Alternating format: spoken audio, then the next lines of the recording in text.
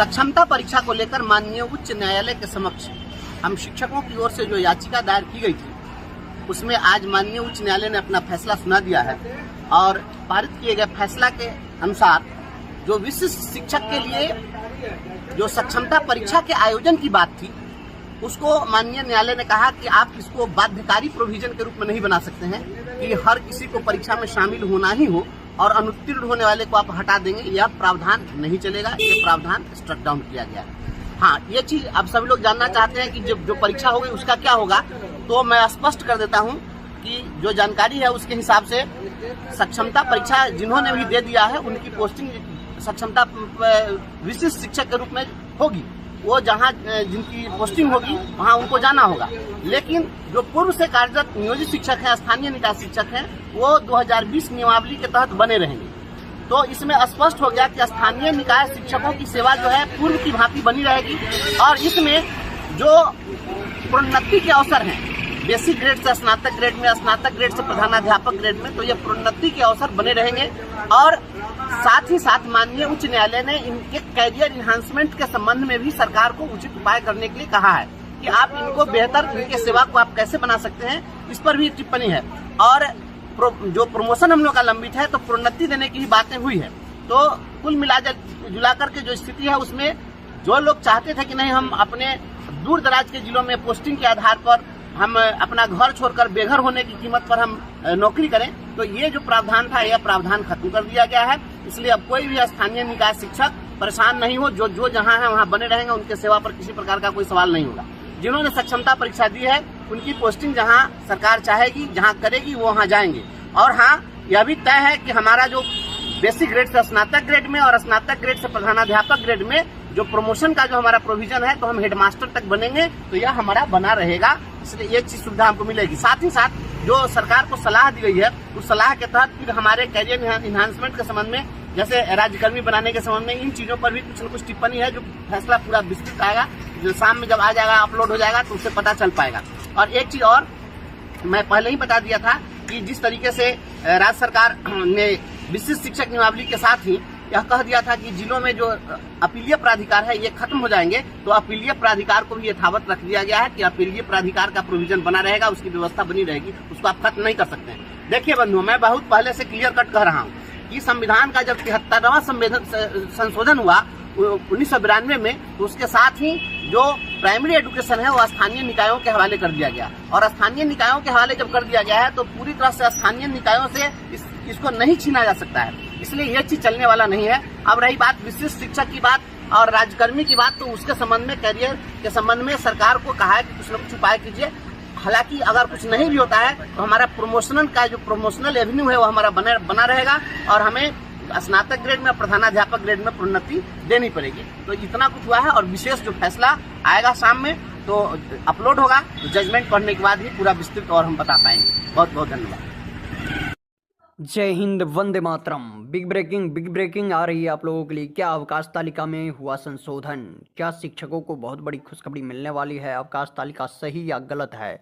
जो अभी एक अवकाश तालिका का जो पत्र अभी वायरल हो रहा है, क्या वह सच है या झूठ?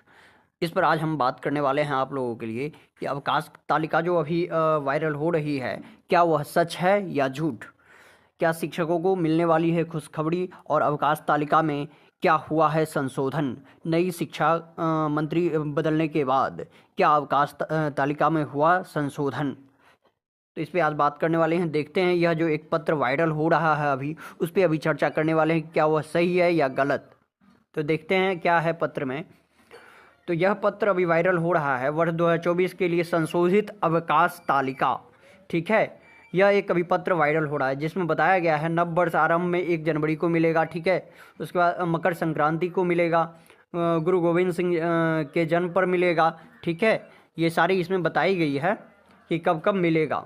यह पत्र अभी वायरल हो रहा है। क्या इसका क्या सच है यह आज हम जानने वाले हैं कि क्या यह सच में पत्र में संशोधन हुआ है और पत्र का क्या सच है। संशोधित अवकाश तालिका, यह पत्र अभी वायरल हो रहा है।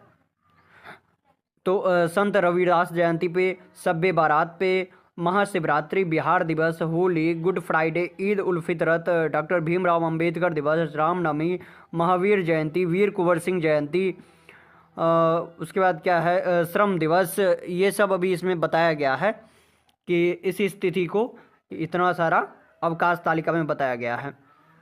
ठीक है, तो देखिए महावीर जयंती, वीर कुंवर सिंह जयंती जो कि 23 अप्रैल मंगलवार, ठीक है, एक दिन की जिसमें अवकाश होगी। जानकी नवमी 17 मई शुक्रवार, एक दिन का इसमें अवकाश रहेगा। बुद्ध पूर्णिमा, एक दिन का इसमें भी अवकाश। ग्रीष्म अवकाश, कबीर जयंती और ईद उल जुहा बकरीद 1 से 30 जून तक अवकाश रहेगा। मुहर्रम 17 जुलाई, मुहर्रम 17 जुलाई बुधवार, एक दिन का इसमें अवकाश। स्वतंत्रता दिवस 15 अगस्त गुरुवार, एक दिन का अवकाश। श्री कृष्ण जन्माष्टमी का भी एक दिन का अवकाश रहेगा। उसके बाद हजरत मोहम्मद साहब का जन्म, इसमें भी एक दिन का अवकाश रहेगा। महात्मा गांधी जयंती 2 अक्टूबर, इसमें भी एक दिन का अवकाश रहेगा। जैसा इस पत्र के अनुसार बताया गया है उस पर हम चर्चा कर रहे हैं। स्वतंत्रता दिवस 15 अगस्त, एक दिन का अवकाश। रक्षाबंधन एक दिन का अवकाश। श्री कृष्ण जन्माष्टमी एक दिन का अवकाश।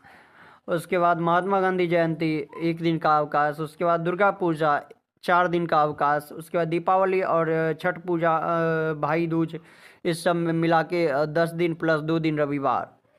गुरु नानक जयंती 15 नवंबर शुक्रवार, एक दिन। क्रिसमस अवकाश 25 से 31 दिन बुधवार मंगलवार और 6 दिन प्लस 1 रविवार।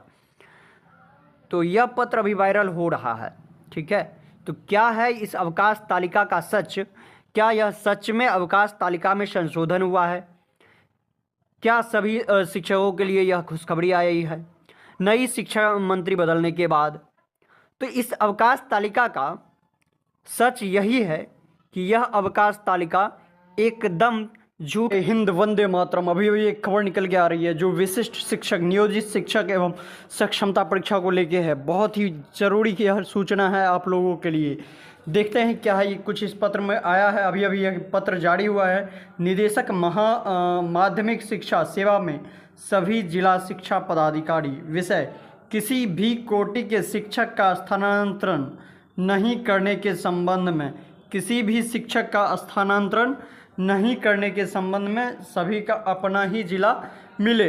इस पर क्या पत्र जारी हुआ है? स्थानांतरण नहीं करने के संबंध में पत्र जारी हुआ है। महाशय, उपयुक्त विषय आप अवगत हैं कि पंचायती राज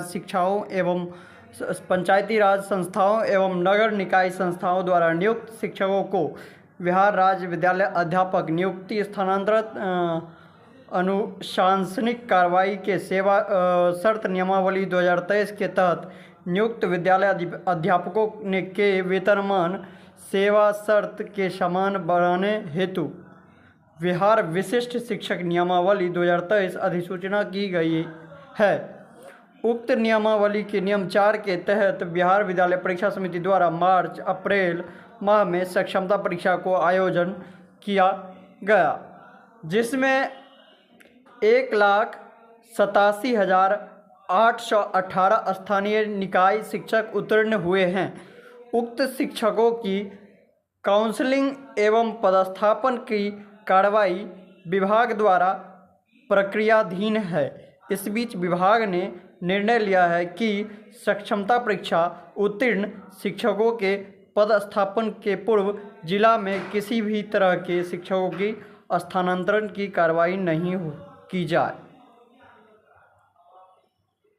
अतः निर्देशानुसार आदेश दिया जाता है कि सक्षमता परीक्षा उत्तीर्ण स्थानीय निकाय शिक्षकों के